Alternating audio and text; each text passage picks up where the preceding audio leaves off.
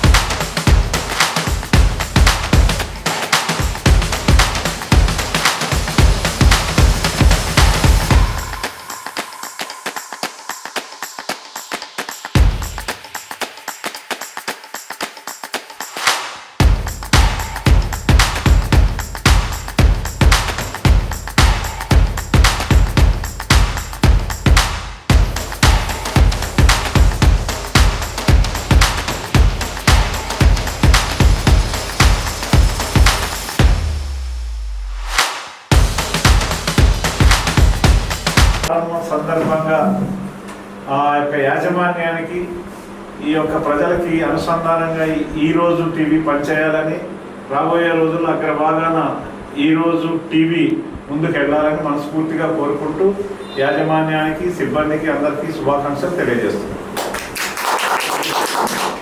ఈరోజు టీవీ ఇవాళ ఇనాగ్రేషన్ జరగడం చాలా సంతోషం. ఎందుకంటే ఆల్రెడీ ఈరోజు పేపర్ని నేను చూశాను. దానికి ఎంతో కొంత చాలా కన్నా కూడా క్రెడిబిలిటీ నాకు అనిపించింది. అదే పందాన్ని టీవీలో కూడా పాటిస్తూ ప్రజలు ఆదరణ పొందుతూ మరింత ఉన్నత స్థాయికి చేరుకోవాలని యాజమాన్యాన్ని, స్టాఫ్ని అందరినీ మనస్ఫూర్తిగా కోరుకుంటున్నాను.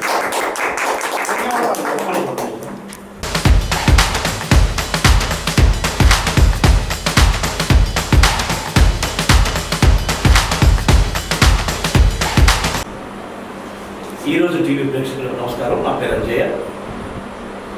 ఈరోజు టీవీని ఈరోజు శనివారం పూట ఎంతో గ్రాండ్గా లాంచింగ్ చేశాం. అందరికీ సంతోషంగా ఉంది. ఈరోజు మన స్టూడియోలో బ్రాహ్మణ కార్పొరేషన్ మాజీ చైర్మన్, తెలుగుదేశం పార్టీ రాష్ట్ర ఉపాధ్యక్షులు వేమూరి ఆనంద్ సూర్య గారు మన దగ్గర ఉన్నారు. ఈరోజు టీవీని కూడా ఆయనే దగ్గరుండి గ్రాండ్గా లాంచ్ చేశారు. మరికొన్ని విషయాలు సార్తో తెలుసుకుంటే. నమస్కారం సార్. నమస్కారం సార్. ఒక్క మాట సార్, ప్రస్తుతం రాష్ట్రంలో హాట్ టాపిక్గా మారింది తిరుమల కల్తీ తీగ. దీంట్లో వైసీపీ నేతలు అడ్డంగా బుక్ అయినప్పటికీ మా తప్పు ఏమీ లేదని చెప్పి చెప్తున్నారు. దీని మీద ఏమంటారు?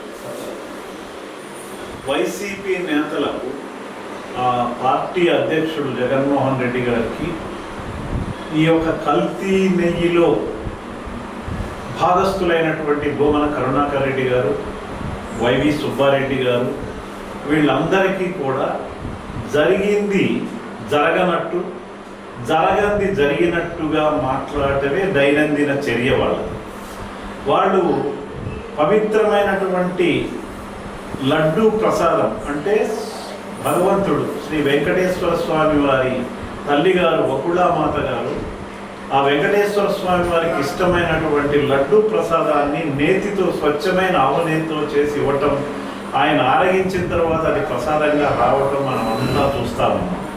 అటువంటి పవిత్రమైన ప్రసాదాన్ని పాలే లేని చోట కెమికల్స్, పామాయిలు, ఇతరత్ర బాత్రూముల్లో వాడేటువంటి లప్సీ కలిపి ఒక లడ్డూని తయారు చేసి మార్కెట్లో పెట్టిన ఘనత వైవి సుబ్బారెడ్డిది. దాన్ని మద్దతు ఇచ్చింది భూమన కరుణాకర్ రెడ్డి, జగన్మోహన్ రెడ్డి. అంటే కల్తీ లడ్డూని కల్తీ చేయటం ద్వారా కోట్లాది మంది హిందూ భక్తుల మనోభావాలను దెబ్బతీయటానికి, తద్వారా తాము పరాయి మతస్థులమైన వాళ్ళు ఈ హిందూ మతాన్ని ఆంధ్ర రాష్ట్రంలో తుదముట్టించాలనేటువంటి ఒక కుట్రపూరితమైన దురాలోచనమైనటువంటి ఆలోచనతో వాళ్ళు పనిచేస్తున్నారు. సిట్ ఇన్వెస్టిగేషన్లో 36 మంది మీద తప్పు చేసినట్టు దొరికారు కాబట్టి వాళ్ళ మీద ఇమ్మీడియట్గా యాక్షన్ తీసుకోవటం ముఖ్యమంత్రి గారు చేయవలసినటువంటి అవసరం ఎంతైనా ఉన్నది. ఇటువంటి వాళ్ళ మీద యాక్షన్ తీసుకుంటేనే రాబోయేటటువంటి రోజుల్లో మిగతా నేరస్తులకి, మిగతా దొంగలకి బుద్ధి ఉంటుందని నేను తెలియజేస్తాను. సార్ ఇంకో విషయం సార్, అంటే కల్తీ నెయ్యి వ్యాపారంలో ఇంత జరుగుతున్నా కూడా ఎందుకు ప్రభుత్వం ఇంకా చర్యలు తీసుకోవాలి? కారణాలు ఏంటి? నిన్నగాక మొన్న సోషల్ మీడియాలో పూర్తి స్థాయిలో ఒక పక్క రోజు ఒక పక్క జోగి రమేష్ గారు ఫుల్ వైరల్ అవుతుంది. ఇంత వైరల్ అవుతున్నా కూడా ఇంతవరకు కనీసం ప్రభుత్వం కూడా ఎందుకు స్పష్టంగా పట్టించుకోవట్లేదు?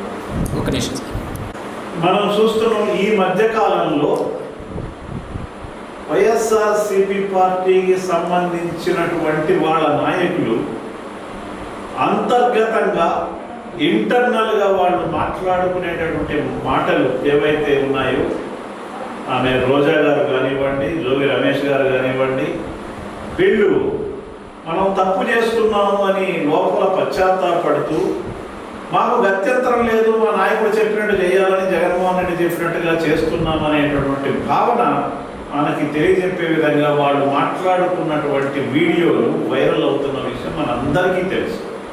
ఇటువంటి పరిస్థితుల్లో ప్రజలందరూ కూడా తప్పు చేసిన వాళ్ళని సిట్ ఇన్వెస్టిగేషన్లో దొరికిన 36 మంది మీద కేసు పెట్టాలని ఆల్రెడీ కేసు పెట్టడం జరుగుతుంది. వాళ్ళ మీద ఎంక్వైరీ చేయడం జరుగుతుంది, వాళ్ళని అరెస్ట్ చేయడం జరుగుతుంది. ఇక్కడ కొంత కాంప్లికేటెడ్ వెర్షన్ కూడా వైఎస్ఆర్సీపీ వాళ్ళు మాట్లాడుతున్నారు. సిట్టులో చెప్పలేదు. సిట్లో ఏం చెప్పలేదు? జంతు కొవ్వు పదార్థం లడ్డూలో కలిసిందని సిట్టు చెప్పలేదని చెప్తుంటే, గతంలోనే ఎన్డీడీబీ అనేటటువంటి స్వతంత్ర ప్రతిపత్తి కలిగినటువంటి సంస్థ ఖచ్చితంగా కొంత మేరకు సుమారు 10-15% జంతు కొవ్వు కలిసిందనేటువంటి రిపోర్ట్ని నాడు ఎన్డీడీబీ రిపోర్ట్ ఇవ్వడం జరిగినటువంటి విషయాన్ని ఈ సందర్భంగా తెలియజేస్తాను. దాంట్లో భాగంగానే రాబోయేటటువంటి రోజుల్లో మరి నిన్న కేబినెట్ మీటింగ్లో కూడా పూర్తి స్థాయి ఎంక్వైరీని ఈ ఎన్డీడీబీ రిపోర్ట్ మీద అండ్ సిట్ రిపోర్ట్ మీద కూడా పూర్తి స్థాయి ఎంక్వైరీ చేయటానికి కమిషనర్ ఆఫ్ ఎంక్వైరీ అనేటువంటి ఒక దాన్ని నెలకొల్పి, తద్వారా మొత్తం బాధ్యులైన అందరి మీద కూడా ట్రాన్స్పరెంట్గా మరి బుక్ అయిన వాళ్ళ మీద చర్య తీసుకోవడానికి సంసిద్ధమై ఉంది ప్రభుత్వం అని తెలియజేస్తుంది. సరే, తిరుమల లడ్డు విషయంలో కల్తీ వ్యవహారం ఇంత పెద్ద ఎత్తున జరుగుతున్నా కూడా హిందూ ధర్మాన్ని కాపాడుకోవాల్సిన ఇప్పుడు ఆసరమైంది. హిందువులంతా అవునా? హిందూ ధర్మాన్ని కాపాడుకోవటం పూర్తిగా హిందువులైనటువంటి ప్రతి ఒక్కరి బాధ్యతగా మనం అందరం కూడా తీసుకోవాల్సినటువంటి అవసరం ఉన్నది. పార్టీలకు అతీతంగా హిందూ అన్న ప్రతి వాడు వచ్చి హిందూ ధర్మాన్ని కాపాడటం కోసం మనం ముందుకు వెళ్ళవలసినటువంటి అవసరం ఉన్నది. ఈ బాధ్యులైన వాళ్ళ మీద మన వ్యతిరేకతని పూర్తి స్థాయిలో తెలియజేయవలసిన అవసరం ఉంది.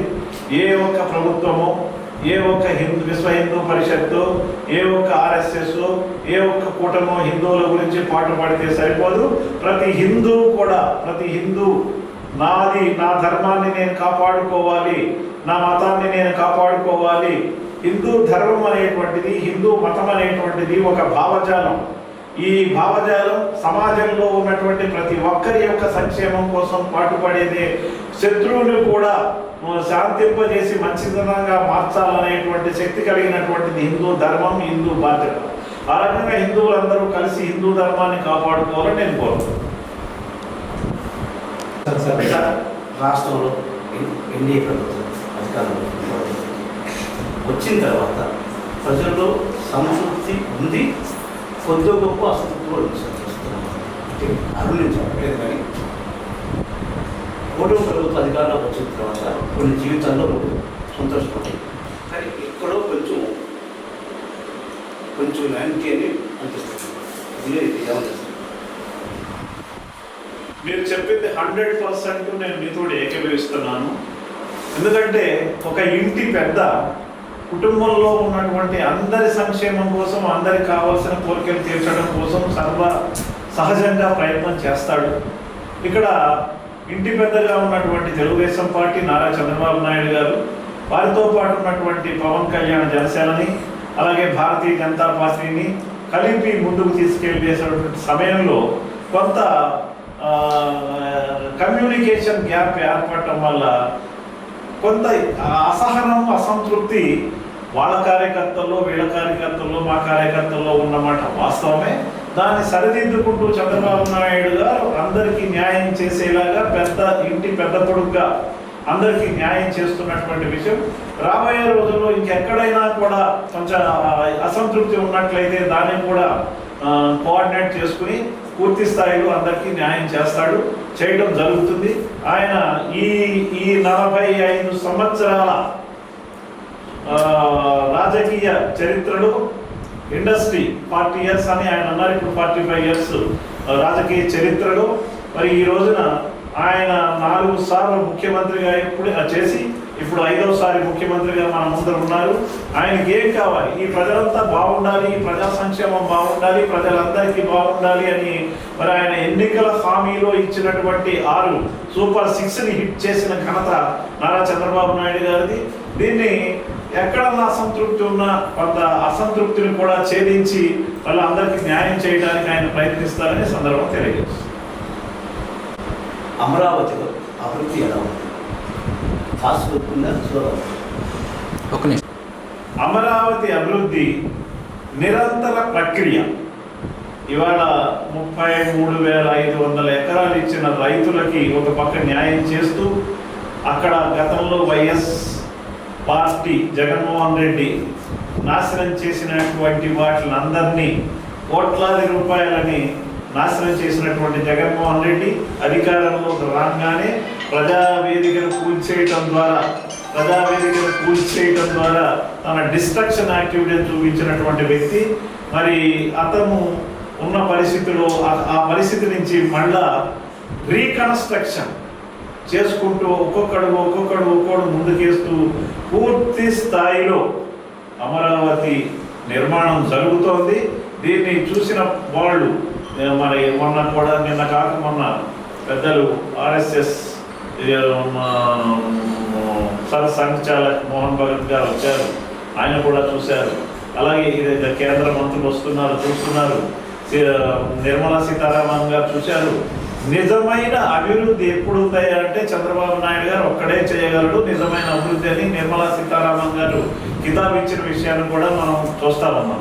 వచ్చిన ప్రతి పైసాని ప్రజా సంక్షేమానికి, ప్రజల కోసం కావాల్సిన అభివృద్ధి కోసం, అమరావతి అభివృద్ధి కోసం నిరంతరం కృషి చేస్తున్నారు చంద్రబాబు నాయుడు గారు అంటే.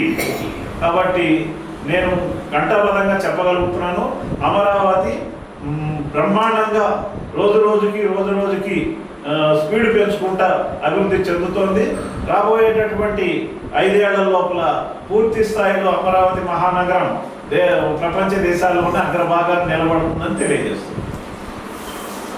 సార్, పూర్వ ప్రభుత్వంలో ఎస్పెషల్లీ మీ టీడీపీ ప్రభుత్వంలో ఎమ్మెల్యేల పరిస్థితి ఎలా ఉంది?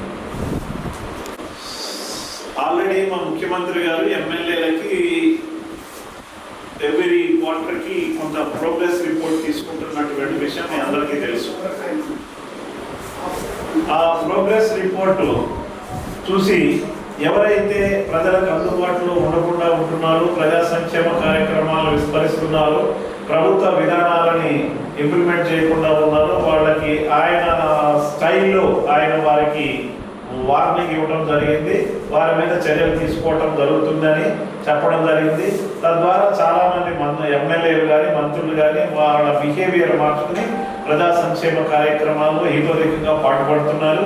అరాపరా ఉండటం సహజం ఇంతమంది జరుగుతున్నప్పుడు వాటిని కూడా రెక్టిఫై చేసేలాగా చూస్తారు. ఇంకా రెక్టిఫై చేసుకోకపోతే వాళ్ళ మీద చర్యలు తీసుకోవడం జరుగుతుంది. అయినా మీలాంటి ఈరోజు టీవీ కానీ జనరల్ పత్రికలన్నీ కూడా మరి ఈరోజు పత్రిక, అలా ఈనాడు, ఆంధ్రజ్యోతి వగేరా వగేరా పత్రికలన్నీ కూడా ప్రతి ఎమ్మెల్యే మీద ఒక కాలం పెట్టు, ఒక పేజీ ఇచ్చు వాళ్ళు ఇప్పటి వరకు ఈ 2 సంవత్సరాలు 16 నెలలు 18 నెలల్లో చేస్తున్న అన్ని కార్యక్రమాలు ప్లస్ మైనస్ చెప్పినట్లయితే వాళ్ళలో కూడా ప్రజలతో మనం మంచిగా ఉండాలి, ప్రజల్లో మనం చెడు పేరు తెచ్చుకోకూడదు అనేటువంటి ఒక భావన కలిగి వాళ్ళు కూడా మంచిగా మారతారని, ఎక్కడైనా పొరపాటు జరిగితే సరి చేసుకుంటారని తెలియజేస్తారు.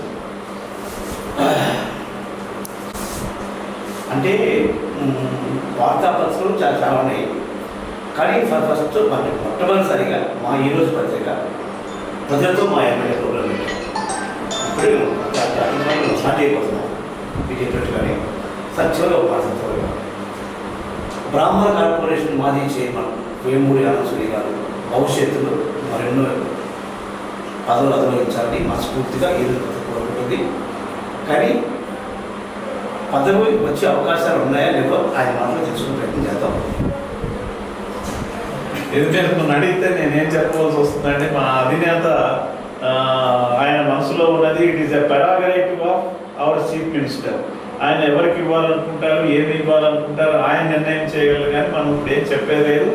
మనం అందరితో పాటు సామాన్యంగా పార్టీలో సీరియస్గా మనం పార్టీ కోసం, పార్టీ అభివృద్ధి కోసం నిరంతరం పార్టీ చెప్పిన కార్యక్రమాలు కానీ, పార్టీ కోసం మేము తీసుకునే కార్యక్రమాలు కానీ ముందుకు తీసుకెళ్తున్నాం. కాబట్టి ఆ యొక్క ఆలోచనలో తప్పకుండా వారు నాకు మంచి పొజిషన్ ఇస్తారని నేను ఎక్స్పెక్ట్ చేస్తాను. లాస్ట్ పత్రిక ఈరోజు టీవీ తరఫున వేమూరి ఆనందశ్రీ గారికి మంచి పదవి రావాలని మనస్ఫూర్తిగా కోరుకుంటున్నాను. ఒకసారి మా ప్రేక్షకులు ఏం చెప్తారు? ఈరోజు పత్రిక ఈరోజు టీవీ ప్రేక్షకులు సందేశం. ఈరోజు పత్రిక, ఈరోజు టీవీ యాజమాన్యానికి, అలాగే బ్యూరో సిబ్బందికి, అలాగే విలేకరులకు, మొత్తం 50 మందికి కూడా ఈ 2 కూడా అగ్రభాగాన ఆంధ్ర రాష్ట్రంలో ముందుకు రావాలని, ప్రతి కార్యక్రమం నిర్మాణాత్మకమైనటువంటి ధోరణితో చూపించాలని, ఎక్కడ తప్పు జరిగినా కూడా విమర్శను మాత్రం వదలకుండా ఎంతటి వాళ్ళైనా మీరు విమర్శను కూడా చేయాలని చేసి నిష్పక్షపాతంగా ప్రజల కోసం, ప్రజల చేత, ప్రజల కోసం నడుపుబడుతున్నటువంటి ఈరోజు టీవీ, ఈరోజు పత్రిక ప్రజల కోసమే ఉన్నామనేటువంటి ఒక సామాజిక సేవా దృక్పథంతో పనిచేస్తున్నామని ముందుకు తీసుకెళ్లాలని వారందరికీ కూడా హృదయపూర్వక శుభాకాంక్షలు తెలియజేస్తున్నాను. Thank you sir. Thank you. లేవ